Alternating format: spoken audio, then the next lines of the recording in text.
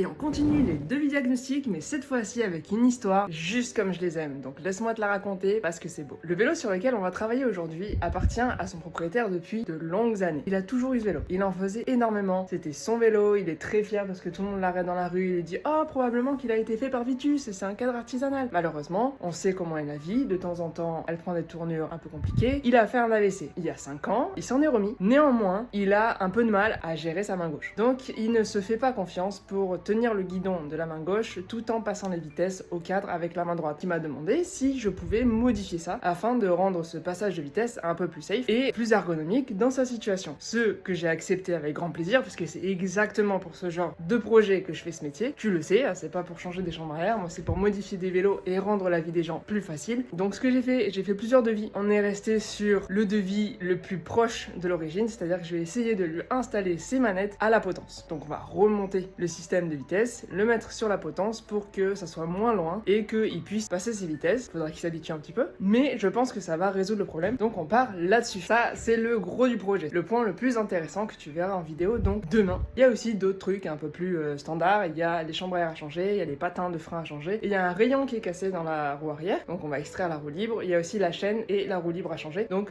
on fera tout en même temps. Voilà. Et aussi un petit nettoyage de transmission parce que c'est cassé donc dans une cave ou dans un garage, je ne sais plus, pendant 5 ans. Et comme il y avait du gras sur la transmission, attention, un vélo n'est pas un beignet. Rappelle, du coup, les impuretés se sont déposées sur la transmission et ça fait un espèce de truc un peu compact, un peu moche. Et on va pas laisser ça comme ça, forcément, donc je vais nettoyer. Je crois que j'ai fait le tour. C'est un très beau vélo, il est très bien équipé. J'ai hâte de travailler dessus et j'ai hâte de te montrer le résultat demain. Abonne-toi, bisous!